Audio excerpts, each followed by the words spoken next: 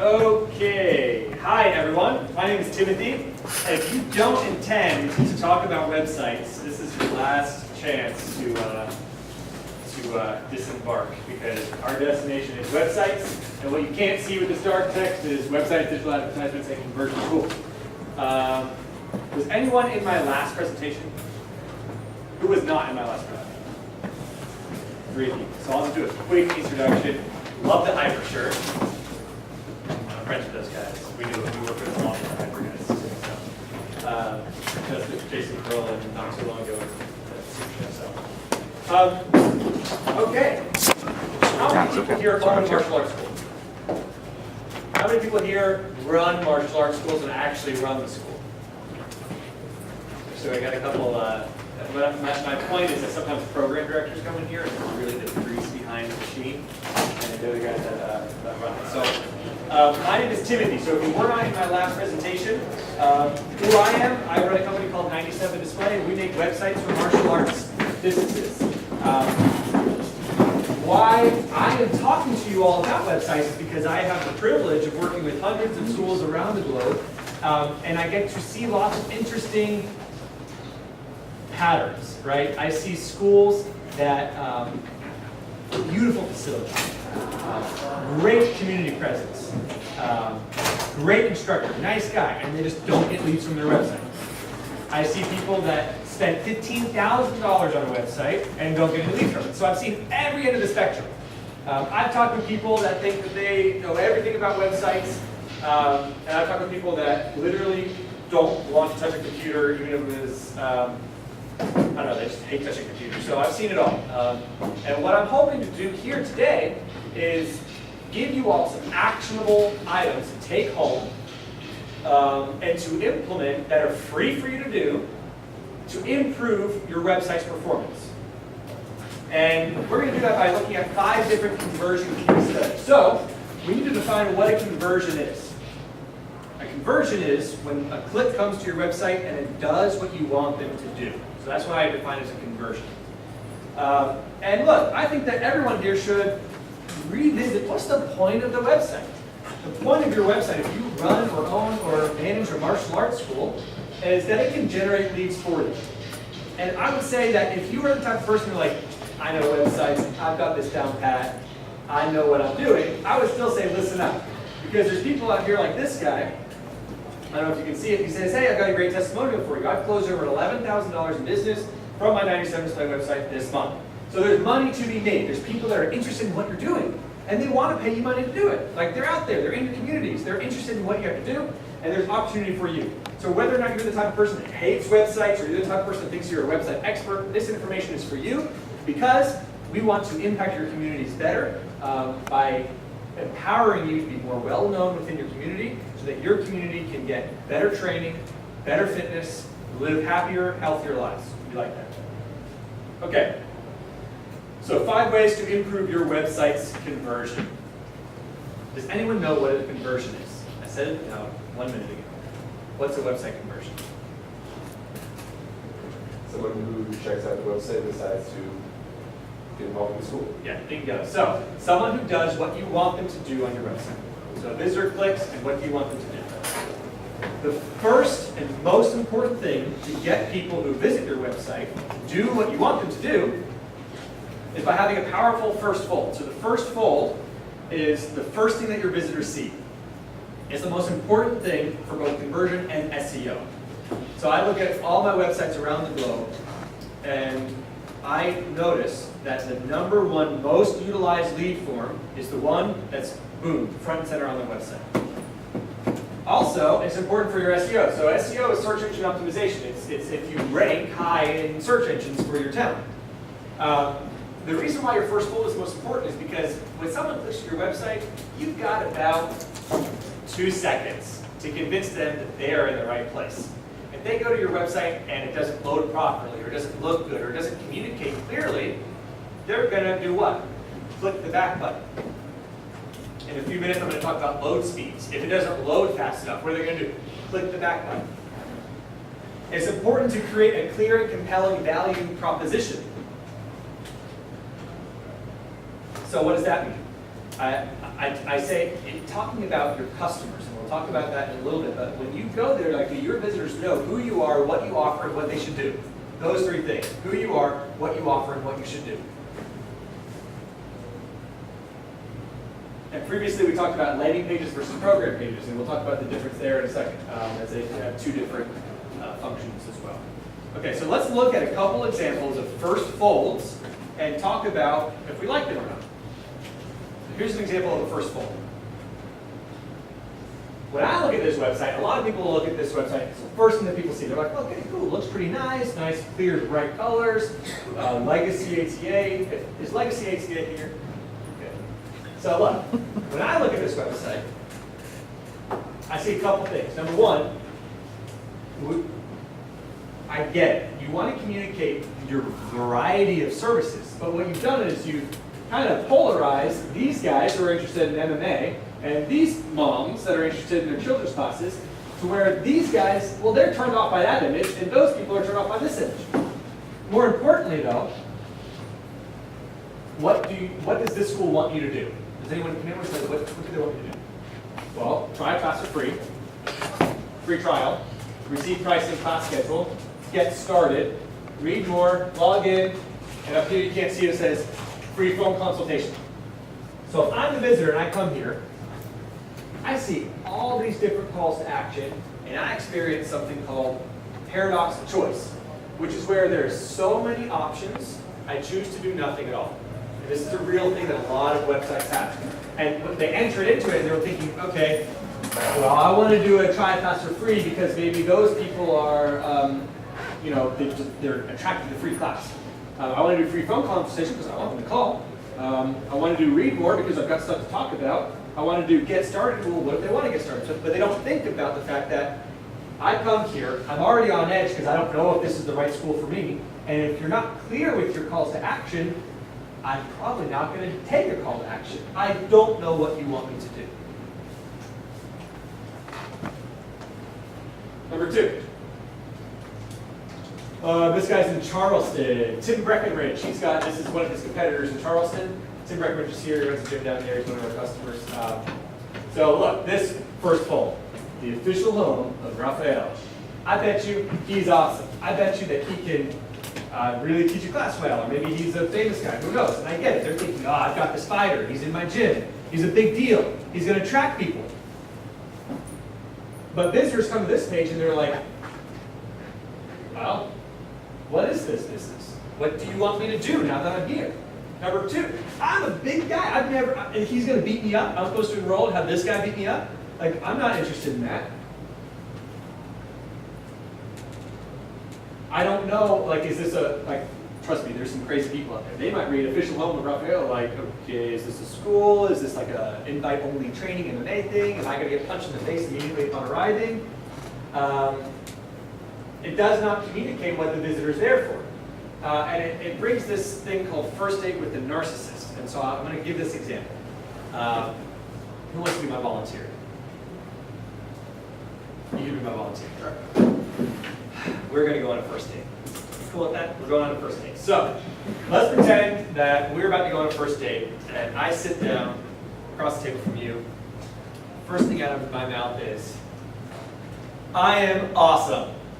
I'm awesome. I'm the best person to go on dates with in all of San Antonio. In fact, people that date me have a 5 times more likelihood of achieving their goals they're seeking out to. I've been dating 10 years. I'm a black belt in dating. So what happens in that date, what do you think would happen? Right? The guy's like, or the girl's like, okay, this guy's full of himself, right? And that's what's happening here, right? The visitors, you have about 2 seconds and you're talking about yourself. And I say, well, you should talk about your visitors. What are they interested in? Why are they there? Where are they from? Can you relate to them? What if instead of the official home of Revgear and Revgear, it was like, interested in martial arts, joined the community in Charleston that creates top-level athletes. Something like that. Like, that's more powerful. It does. Create a top-level athlete. I'm in Charleston, and I'm interested in martial arts. So it's more powerful conversions. And then, what do you want them to do? Interested? Request information. Or do this. One call to action. This is another example of a website. It's one of our websites. So I like it, right? But let's look at the difference here. This is my idea of how a powerful first goal. It's not just an idea. It's something that actually converts into leads. So Systems Training Center is Westwood. I'm in Westwood, Premier Martial Arts Training Center. Drop the boring gym routine and join us if you want to get to the best shape of your life and have fun doing that. Is that talking about themselves or is that talking about the customer? It's kind of both. It's smart, right? It's Premier, they're bragging. But because they threw in Westwood, suddenly I relate to that. It's talking about your community. Drop the boring gym routine and join us if you want to get to the best shape of your life. Look, that's a generic phrase. They offer martial arts, Krav Maga, BJJ. But what they're doing is they're getting people that came to the site, what they're showing their value. Get in shape. Not boring, right? They're showing their value there. And obviously you can see it's boxing, and we've got a Revgear glove behind them, which is cool. And then what do I want what to do? Request information. If I'm going to do something about it, I know what you want me to do. I love this website. We get a lot of things. So, first goal, homework. What I want you to do. Go look at your first goal. Number one, are you talking about yourself or are you talking about your customers? Number two, how many calls to action do you have and can you minimize that? Can you actually consolidate your calls to action to have one clear thing that you want them to do? People ask me all the time, well, what should my call to action be? And I always say, look, aggressive calls to action like free consultation or even free class, it's too aggressive. I'm not ready to take a class because I don't know what your facility looks like and I don't know if you're a crazy person. I need to have a phone conversation first. I'm interested, but I'm not ready to commit. So if you can make your call to action a little bit broader, a little bit less aggressive, like learn more, or like I do, request information, you're going to get more people taking action, and it allows you to facilitate the conversation and get them to commit to the trial, get them to commit to something else.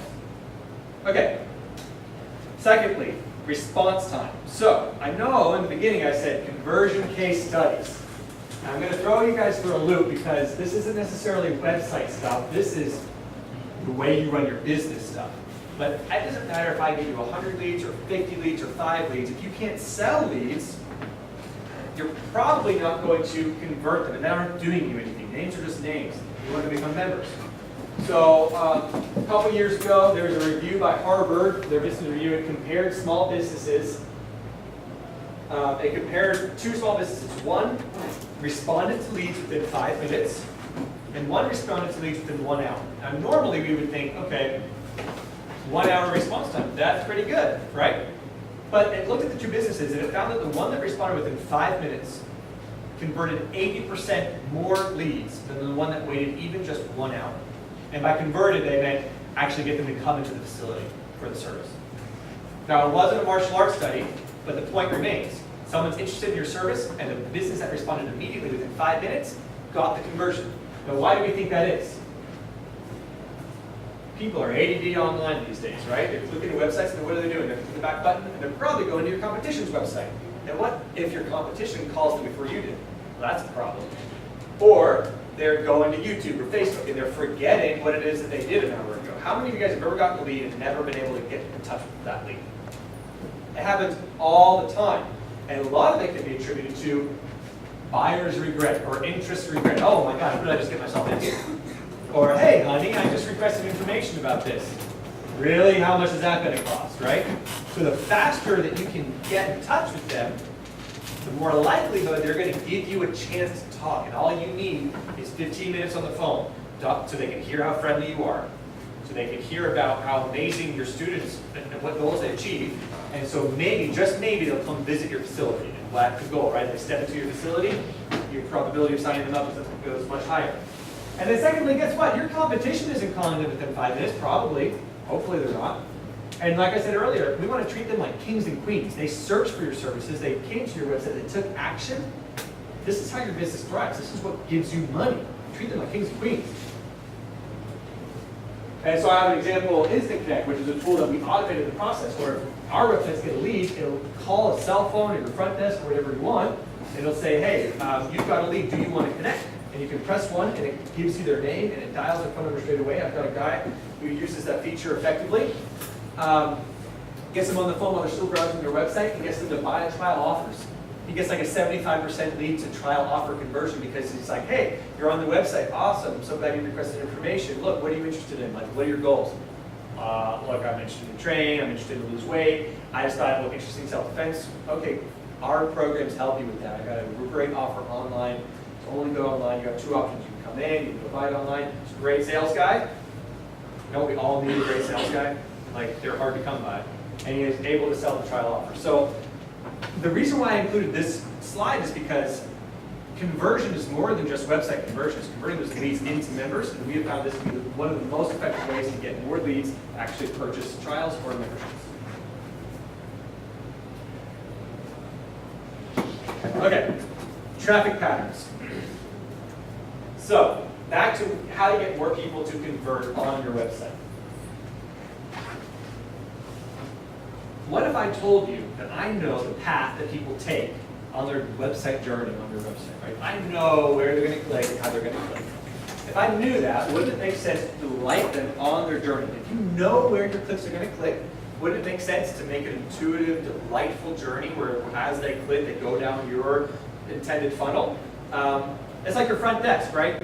Why is the front desk area always the nicest area in your school for the most part, right? Because that's what the first thing people see, okay? So if I know the first things that people are going to see, the first page, the second page, the third page, and we made them amazing, wouldn't that create more conversions? Well, guess what it does? So, how do I know this? This is a graph. This is global traffic from 97 display websites. Has nothing to do with this presentation, but it's kind of cool, right? New Year's resolution, big old spike. January 5th, right? Holidays are over, New Year's resolution. It's a crazy time. So look, this is the home page. The graph underneath is the next page on the website, and the graph underneath is the next page on the website. So, what are those pages? I know that if someone visits your home page, then they click to the next page, and I know that 80% of those clicks are going to your reviews page. So they go to your home page, what the first thing they do, they go to your reviews page. So number one, homework. Do you have a reviews page? Because clearly people want to go there. Homework item number one, do you have a reviews page? Number two, how can we improve our reviews page? If 80% of your traffic are looking for your reviews, how can we make it better? So the first thing I want to say is that reviews are not testimonials. Testimonials are things that you say about yourself, about your own business. Reviews are things your community says about you. And then secondly, when was the last time you ever searched local coffee shop testimonials or Italian restaurant testimonials? No, you don't type that. What do people type? Italian restaurant reviews. You want to learn about what's up with this business, you type in the word reviews. So now if you name the page reviews, guess what? If you type in 97 display reviews, guess what pops number one? 97display.com/reviews. So if you have that page, and believe me, people are searching your business name and then reviews. No, this. Payroll due. I'm still running a business, right? Okay. How to improve your reviews page. So number one, name it reviews, not testimonials. Number two, incorporate social media. I love this idea because it's a way to make a testimonial while it looks like a review. So what I like to do is take screenshots of my social media reviews, like I already did once in this presentation with that Facebook message, and you can literally just put it on your reviews page. And guess what? It's frozen in time. It looks legitimate. It is legitimate because it's the name of a person, a profile picture. It's got a date and everything. And they're like, oh, that's the community talking. But it's you just cherry picked it and put it on your reviews page. So it looks like a social media reviews, but it's on your reviews page. So now people search your business name reviews, they go to the page straight away, and you've got all your cherry picked social media reviews front and center for them. And it's a way for you to brag about yourself naturally, right? You can talk about these guys and say, echoing praise for 97 display. Doing well before with their website, 97 display is next up. Like, so it's not me talking, they're talking. I'm not bragging about myself, I'm just sharing the good news, right? So you can do the same thing with your website, where you can incorporate your social media reviews, make it look like it's the community talking about yourself, when really you've hand constructed this page. Our websites that have these principles involved with them typically see a really high conversion rate on their reviews page. And how do you get it? You gotta also tell them what to do. So great, you've got these testimonials, great. You've got this great thing that the community is talking about yourself with, now tell them what to do. Want to be like these guys? Request information. So often we forget to tell your visitors what you want them to do. Just incorporating a call to action will increase your conversion rate. Okay, improving your source traffic. So again, it's another bit of a curveball. Usually when I talk about conversion rates on websites, people are like, oh, he's going to talk about what color my button should be and where this tab should go. And if I change the order of something, like maybe it'll help out, or maybe this is the way I construct the page. But there's so many more elements that go into your conversion rates, like that people don't think about. It's not the fun stuff like button colors, it's where your source traffic is. So source traffic is, where did your click come from? So if someone's on Facebook and they click to your website, the source traffic is Facebook. If someone is on Google and they click to your website, the source traffic is Google. And we have found that some clicks are more valuable than others, in that some clicks convert at a much higher rate based on their source. So let's explore why. The number one highest converting source traffic that we have found is Google Maps. So this is Google Maps, right? We all know what this looks like. So look what I did. Martial Arts, Charleston, SC. Oh, look at this. We know this guy. This is official home of Raffaello. 21 reviews, 4.5 stars. Now let's revisit our date with the narcissist seed. You're on the way to go on a date with me. And on the way to the date, your phone rings.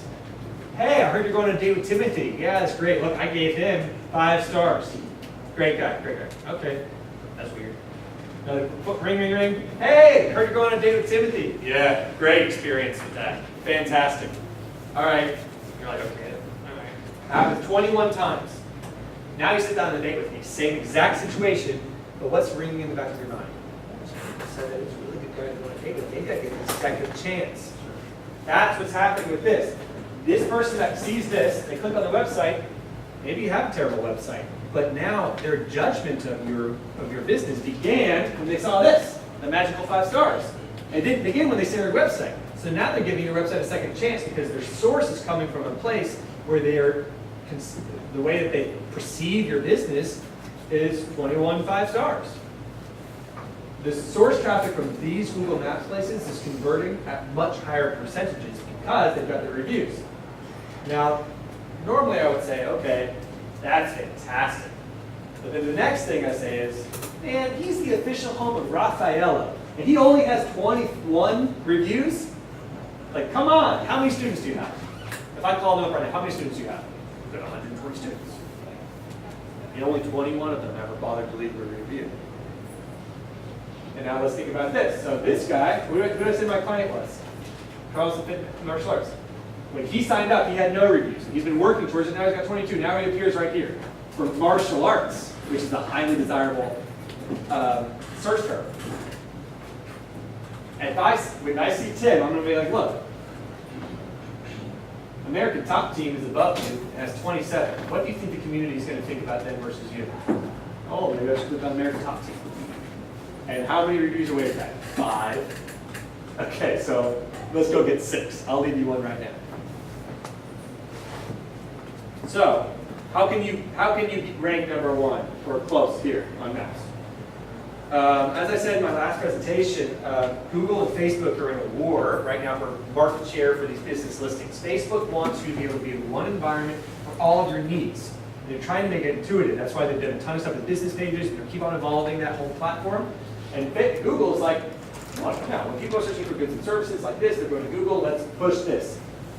Do we see any ads here? No ads, nothing, straight to Maps. They want to make it a really good experience, and they are making it very easy for you to rank on Google Maps. The best ways for you to rank on Google Maps is number 1, the number of 5-star reviews. That is the number 1 ranking factor, but it's not the only one ranking factor. That's why you see in the previous slide, he's got 22 and the guy above him has 21. So what are the other ranking factors? Number 1, number of 5-star reviews. Number 2, the completeness of your profile. Does anyone here know if they created one of those listings before a Google Maps listing? Does anyone here? Okay. Does anyone think they have one but have no idea how to access it? Yeah? So many times I talk to people like, I think a student made that a long time ago. I need to figure out where that person lives now. Yeah. So if you have a profile and you don't know how to access it, you need to figure that out. So homework. Figure out how to get ownership of your Google Plus page. I got bad news for you. It's entirely complicated and going to be a headache for you. So you should pay someone to do it for you. My staff do it all the time. Completeness under profile. It's real simple. You log in, and they've got a bar. It says percentage complete. You get it to 100%. Adding your schedule, adding your description, adding that kind of stuff. Real simple. Just add all the stuff they want you to add. Number three, the accuracy of your business information. So Google wants, when people search for things, that they find accurate information. So if they go to your Google Plus page and the phone number is different than the phone number on your Yelp page or the Facebook page or your website, they're going to be like, discrepancy in data, something's wrong. Or if they go and the URL is different, okay, discrepancy in data, something's wrong. Or if they go and your business name is different. So how many people here have ever changed the business name? What about moved the location? Okay? If you didn't go back and update all your business listings to make sure that it has the current accurate information, you might be penalized for discrepancy in information because they just want to give you the accurate. They want to give their searchers accurate information, and it's a real pain. I get it. Like figuring out where your logins are, figuring out how to access it. It's a giant pain, but it will pay off for you in the long run. Yes, sir. Question, does that, would that also apply in something as small as, say, going from a sole proprietorship to a corporation? Would that affect a listing? I'm sorry, I did not hear. Would the search rankings be affected if you, say, switch from a limited liability or a sole proprietorship to a corporation or vice versa? Would that change how that ranks?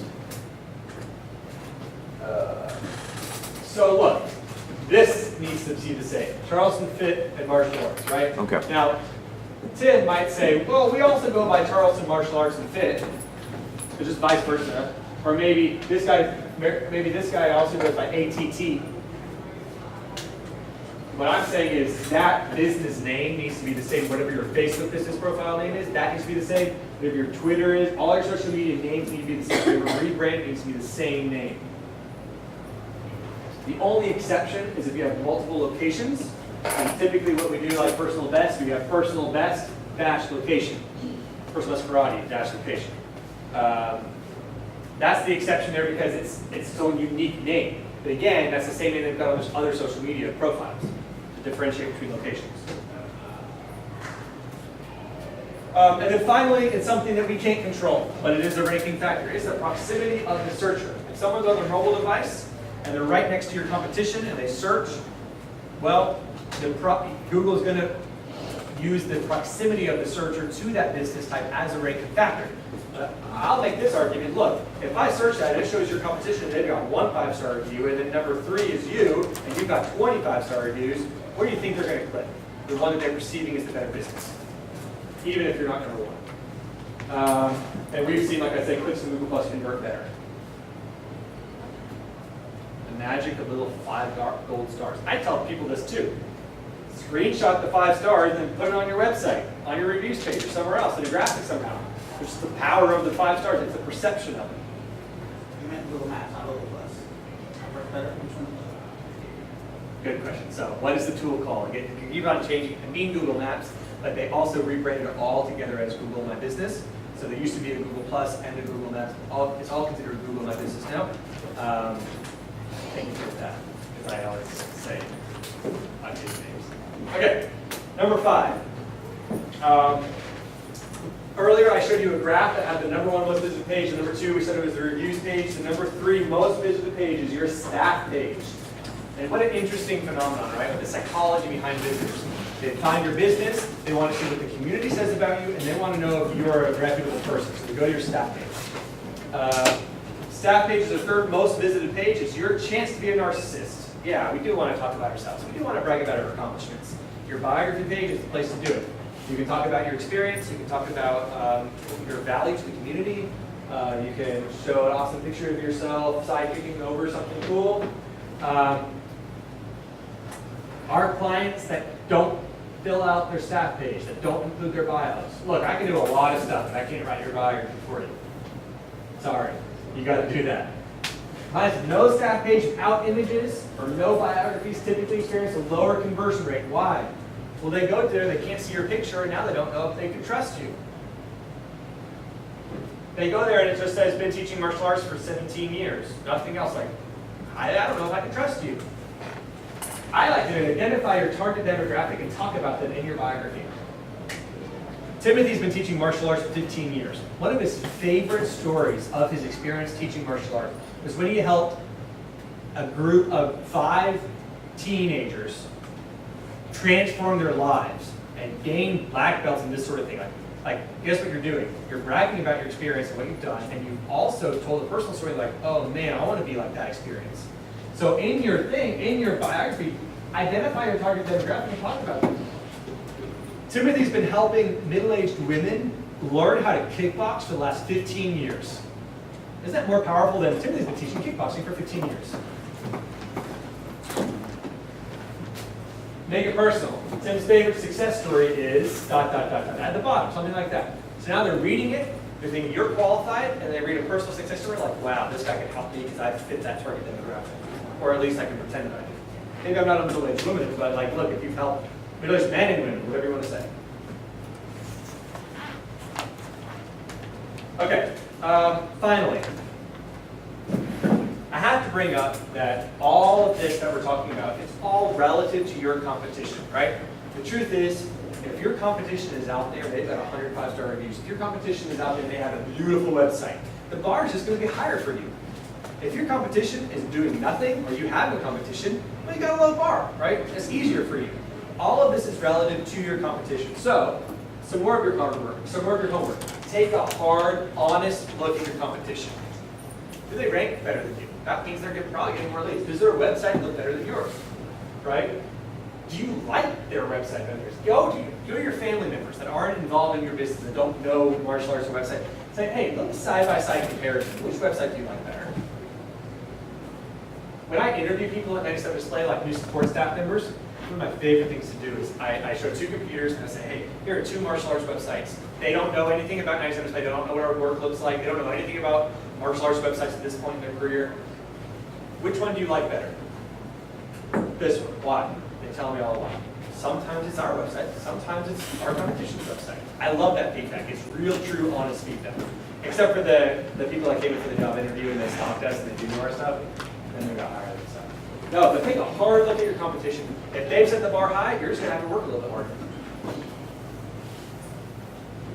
A lot of people say, I struggle to get reviews. And you know what? I've got to say, be the best, and reviews will come. We can get so caught up with all this techie stuff, and all this nerdy stuff, and all this computer stuff. If this isn't the passion for a lot of people, then I would say, look, be the best, teach amazing classes, train amazing staff, provide an experience that your customers rave about, and they will talk about it. It also doesn't hurt to say, you know, at the end of classes, or have a sign like, if you like us, literally, on our Facebook page or something like that. It doesn't hurt to say that, incorporate it into your language, but I will say, like, you're not going to get 5-star reviews if you're not providing good experiences. So let's remind ourselves where reviews come from, focus on your students first. And then finally, perception is reality. You may be the best, you may teach amazing classes, but if someone who doesn't know what you're like goes to your social media, goes to your website, and they perceive that you're not qualified, they perceive that you're not a modern business, their perception is their reality, and they will never have the chance. And to me, that's such a shame, right? That people would be interested in transforming their lives through martial arts. We know will happen, and they don't do it because the school didn't take the time to have a presence that accurately informed them of the opportunities that are in front of them. Like if they would just do it, their lives would change. We believe that, right? So I believe it's important for this to be a major part of your marketing plan and idea. And that's, for me, I'm like, wow, I've been entrusted with the perception of these martial arts schools, and what an honor. Like, that's what drives me to go to work every morning. Like, I've been given the opportunity to help these communities transform their lives and help these people who are life changers reach more people. It's awesome. Okay, does your first fold have a clear value proposition? What is a clear value proposition? Who you are, who your community is, what values they're going to get, and then what you want them to do. Know where your traffic comes from. So if if you know that 80% of your traffic is coming from Facebook, you better make sure that your Facebook looks awesome. If you know that 80% of your traffic is coming from another source, you better make sure that that source looks awesome. And if you can improve the source, you will improve the conversion rate. Improve or add your reviews page. A lot of people don't even have a reviews page. Guess what? You will improve your conversions if you do that. Question and answer time. How much time do we have? We've got about 10 minutes. What is it at? Friday. 11:15. 2 minutes, 5 minutes, something. Okay. Question and answers. So what tools are you using to find out where your sources are coming from? What sources here?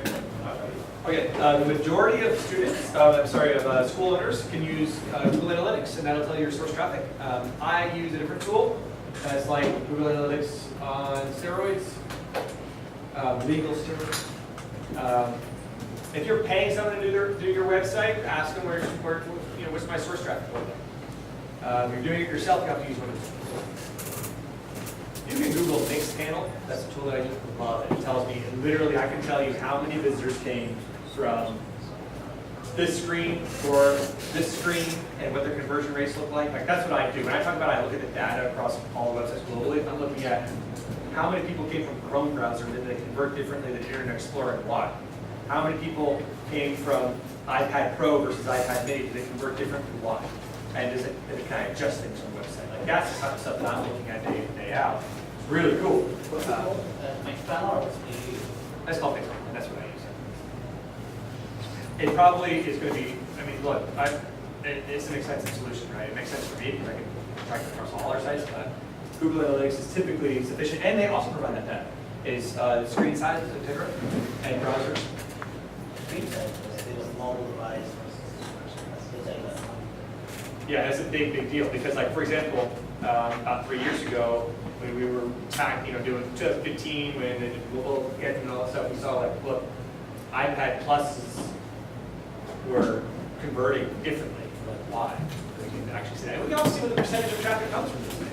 So that's like our service. Like one of the just keeping up with that stuff. You'd be amazed. Like even 2% makes a big difference. So, yes, sir.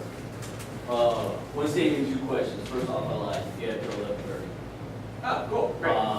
Question. The website said you showed in the beginning, 2 you didn't like. Were they 97 display size? Look like. They weren't? Okay. Dude, of course I'm going to brag about myself in this stuff. Because they look like 97 display size. You can go to websites. No. Now, with the Wow. sites, You just said that those websites I don't like look like ours. they did look like. I mean, like a template, yeah. you know, you The can get style. templates from any, I mean, those are like 9 dozen. What's the one? With the sites that you build, do you guys offer features like Drift where they can instant connect? Yeah, Instant Connect is our feature. Okay. Like that's unique to us. Okay. We built it out. I mean, someone else is free to build it out as an idea, but so. Can you explain that? Instant Connect is where the lead comes into the website. It will literally ring my cell phone and says, hey, you have a lead, do you want to connect? You press 1 and call it straight away. And look, it's just a tool to help you get in touch with them immediately, which is proven to increase your conversion rate. A lot of people don't use that. They feel creepy calling, and I said, does the success of your family and the income that you're providing to your children mean that you don't want to feel weird calling? Look, they just requested a person they want to call. We call. But you can get text messages. Let's say the lead comes in at 2 a.m. Obviously, you're not going to call straight away. With your service, you can send me a text, give me a call, whatever. Yeah, both, as many as you want. Yeah, no, this is a competitor. And look, I'm not trying to bash them, I'm just giving an example of the variety of calls to action. So many different calls to action, they don't do anything at all. What's that call center thing called? Or not call center? It's called Instant Connect. That's just my own name for it. It's my branding. It's just, like if you Google it, you will find the service.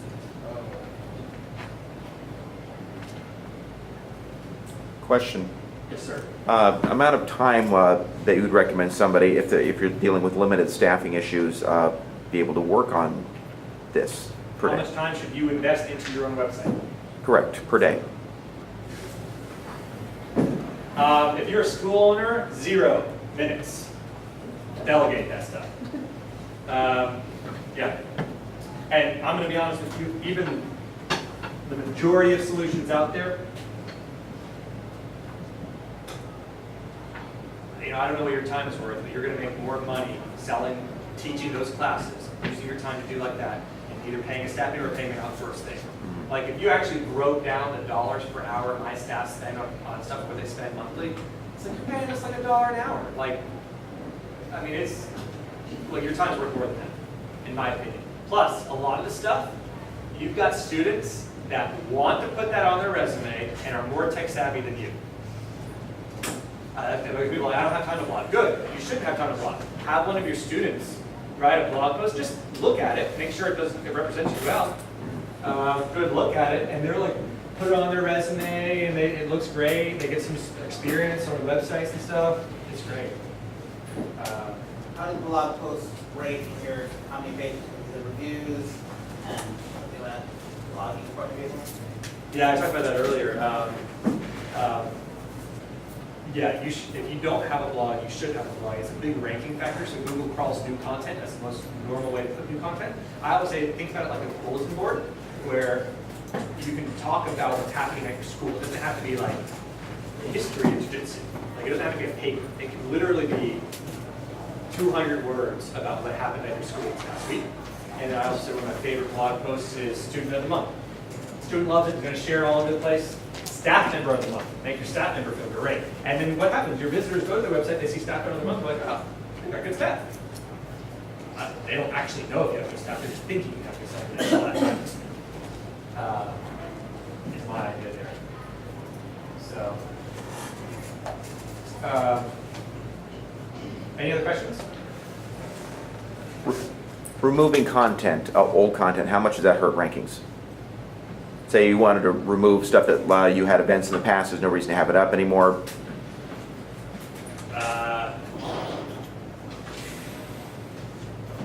Look, the only reason why you should remove content is if it ended up ranking organically and you don't want people finding it anymore, but there's no reason to remove content. Just keep your content. Okay. I like this. It's like, what I like to do is take old blog posts that you made a year ago and go back in and just like jam pack it full of keywords. Because people aren't going to those blogs anymore. And now you can, I did this whole webinar called Blogging for SEO. It's a great webinar. We talked about it in the booth. And that's one of my points. Like, go to your old blog posts and adjust the titles to include your keywords. It'll read a little bit stranger. Like, what if you said like Employee of the Month? Okay, that's your blog post now. And then 6 months from now, go back. Employee of the Month in Westwood, California for personal best karate. So you can go adjust all your old blog posts to improve your SEO. Again, your staff should do it. Or you should pay someone to do it. Something you guys do if there's from your company, do you guys do anything in the realm of blogging and stuff, or is that still something? Yeah, great question. I can't tell you what's going on in your school this past week, so it's tough for us to blog for you. If we have a low-performing client, like a client that is at low conversion rate, or maybe not getting the amount of leads that we want them to be getting, we'll go and proactively look through blogs, maybe do some of that old SEO stuff.